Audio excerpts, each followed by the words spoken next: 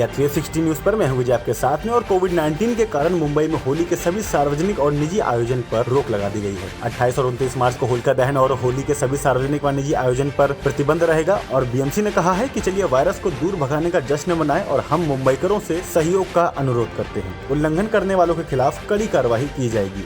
और दिल्ली में पिछले 24 घंटे में कोविड-19 के 1101 नए मामले दर्ज हुए, जो 2021 की सर्वाधिक एक दिन की बढ़ोतरी है। दिल्ली में अब तक कोविड-19 के कुल मामलों की संख्या 6,49,973 हो गई है, जबकि 4 लोगों की मौत के बाद मरने वालों का आंकड़ा करीब 10,967 हो चुका है। और राजधानी में अब तक कोविड-19 के सक्रिय मामले 4,411 हैं। देश में कोविड-19 के 47,262 नए केस और 275 नई मौतें दर्ज की गई। और बताया गया है कि 2021 की यह सर्वाधिक दैनिक की बढ़ोतरी है। और पूरे देश में बात करें कोरोना वायरस के संक्रमण की, तो कुल मामले 1,17,34,058 हैं, जबकि 3,68,457 केस सक्रिय हैं। दिल्ली आपदा प्रबंधन प्राधिकरण ने राजधानी में कोविड-19 के बढ़ते मामलों के बीच आगामी त्योहारों में किसी तरह के आयोजन और भीड़ में इकट्ठा होने पर रोक लगाई है। वहीं रेलवे स्टेशनों, एयरपोर्ट व अंतर्राज्यीय बस टर्मिनल पर कोविड-19 के बढ़ते मामलों वाले राज्यों से दिल्ली आने वाले यात्रियों की रैंडम कोविड-19 टेस्टिंग की जाएगी। और सरकार ने बताया है कि कोविड-19 वैक्सीनेशन सेंटर्स और लोगों को यह सुनिश्चित करना चाहिए कि दूसरी डोज उसी वैक्सीन की हो जिसकी पहली डोज लगी थी। सरकार ने यह भी ध्यान में रखने को कहा है कि पहली खुराक 28 दिन पहले लग चुकी होनी चाहिए और लाभार्थियों को पहली खुराक के बाद जारी वैक्सीन सर्टिफिकेट लाने की सलाह दी जाती है। प्रधानमंत्री नरेंद्र मोदी ने पाकिस्तानी प्रधानमंत्री इमरान खान को कथित तौर पर एक पत्र लिखा, जिसमें उन्होंने पाकिस्तान के राष्ट्रीय दिवस के मौके पर लोगों को शुभकामनाएं दी। पीएम मोदी ने कथित तौर पर लिखा कि पड़ोसी देश के तौर पर भारत पाकिस्तान के लोगों के साथ सौहार्दपूर्ण संबंध बनाना चाहता है और इसके लिए भरोसा और आतंक से रहित विश्वास का वातावरण होना जरूरी है। और भारत के पहले मानव युक्त अंतरिक्ष मिशन गगनयान के लिए चुने गए 4 भारतीय अंतरिक्ष यात्रियों की रूस में चल रही ट्रेनिंग पूरी हो गई है। और ट्रेनिंग 11 फरवरी 2020 को शुरू हुई थी, जो कोविड-19 महामारी के चलते कुछ समय के लिए प्रभावित हुई थी। और 2022 में भारत की आजादी की 75वीं वर्षगांठ से पहले गगनयान मिशन का लॉन्च प्रस्तावित है। और इसी के साथ में यूपीएससी ने मंगलवार को अपनी वेबसाइट पर सिविल सेवा परीक्षा 2020 के नतीजे घोषित कर दिए हैं। यूपीएससी सीएसई मेन परीक्षा 8 से 17 जनवरी के बीच कराई गई थी। दिल्ली स्थित यूपीएससी के दफ्तर में चयनित उम्मीदवारों के इंटरव्यू जल्द ही शुरू होंगे और उन्हें जल्द ही ई समन लेटर भी उपलब्ध कराया जाएगा। और पूरी दुनिया में सबसे ज्यादा यूनिकॉर्न स्टार्टअप की लिस्ट में भारत अमेरिका और चीन के बाद तीसरे नंबर पर पहुंच गया है। Global wealth management firm Credit Suisse की रिपोर्ट से यह जानकारी सामने आई है। यूनिकॉर्न ऐसे स्टार्टअप को कहते हैं जिनका वैल्यूएशन $1 अरब से अधिक का स्टार्ट होता है।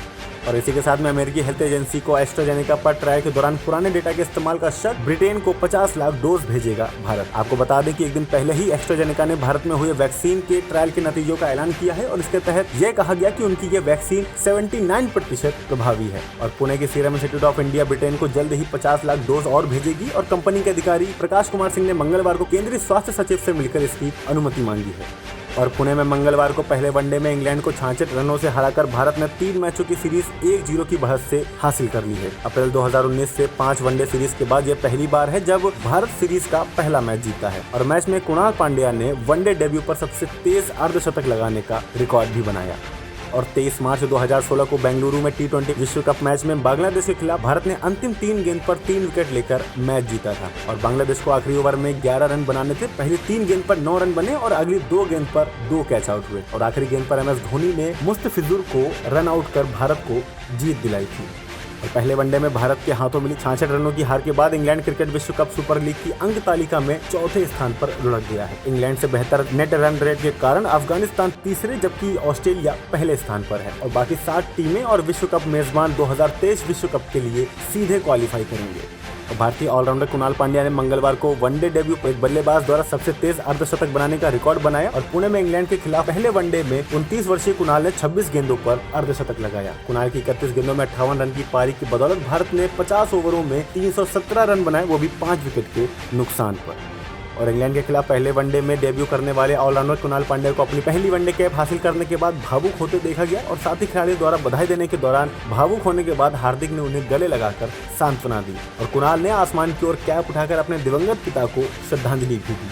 और 17 वर्षीय भारतीय महिला ओपनर शेफाली वर्मा बल्लेबाजों की T20 रैंकिंग में वापस टॉप पर पहुंच गई है। और पिछले साल विमेंस T20 विश्व कप में भारत को नॉकआउट चरण तक पहुंचाने में मदद करने के बाद पहली बार टॉप रैंक हासिल करने वाली शेफाली ने ऑस्ट्रेलिया की बेथ मूनी को पीछे छोड़ा है। और अभिनेता फरहान अख्तर ने आगामी फिल्म तूफान की तारीफ करने पर मिल्खा सिंह का धन्यवाद किया है। उन्होंने ट्वीट किया कि धन्यवाद मिल्खा जी, आप सब के लिए एक प्रेरणा है और आपसे मेरी तारीफ मेरे लिए सब कुछ है। और मिल्खा को इसमें फरहान का लुक बहुत ही पसंद आया है। उन्होंने बॉक्सर के रोल के लिए काफी अच्छी बॉडी बनाई है। और महाराष्ट्र में कोविड-19 संक्रमण के बढ़ते आंकड़ों के बीच अभिनेता संजय दत्त ने बांद्रा कुर्ला कॉम्प्लेक्स स्थित वैक्सीनेशन सेंटर पर कोविड-19 टीके की पहली डोज ले ली है। इंस्टाग्राम पर वैक्सीनेशन की तस्वीर शेयर करते हुए संजय ने डॉक्टर्स और स्टाफ का धन्यवाद किया। और आपको बता दें कि महाराष्ट्र में कोविड-19 के सक्रिय मामले अभी भी 2,31,942 हो गए हैं।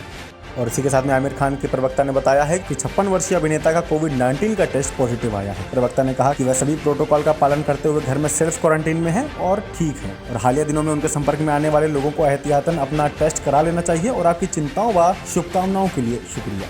और इसी के साथ में मौसम की खबर, 2 दिनों से बारिश बूंदाबांदी के बाद न्यूनतम तापमान नीचे गिर चुका है और घंटे में ही न्यूनतम तापमान 4 डिग्री सेल्सियस घट चुका है, जिससे आज ये 14 डिग्री सेल्सियस रिकॉर्ड किया गया। हालांकि अधिकतम तापमान 2 डिग्री बढ़कर 33 डिग्री सेल्सियस तक पहुंच गया है। वातावरण में हल्की नमी भी है और बीती रात मौसम का मिजाज अचानक से बिगड़ गया। कल दोपहर से ठंडी तेज हवा चल रही थी जो अंधड़ में बदल गई और रात में फिर से बारिश हुई। और आज के सुबह का तापमान करीब 14 डिग्री सेल्सियस रिकॉर्ड किया गया। और आज आसमान साफ होने के कारण सुबह से सूरज के तेज तेवर दिखाई दिए। पछुआ हवा भी चल रही है और इससे धूप का असर कम होता दिखाई दिया है। और आपको बता दें कि अभी भी तापमान में उतार चढ़ाव बना रहेगा। आगे की अपडेट के लिए देखते रहिए इंडिया 360 न्यूज, खबर दिन भर की।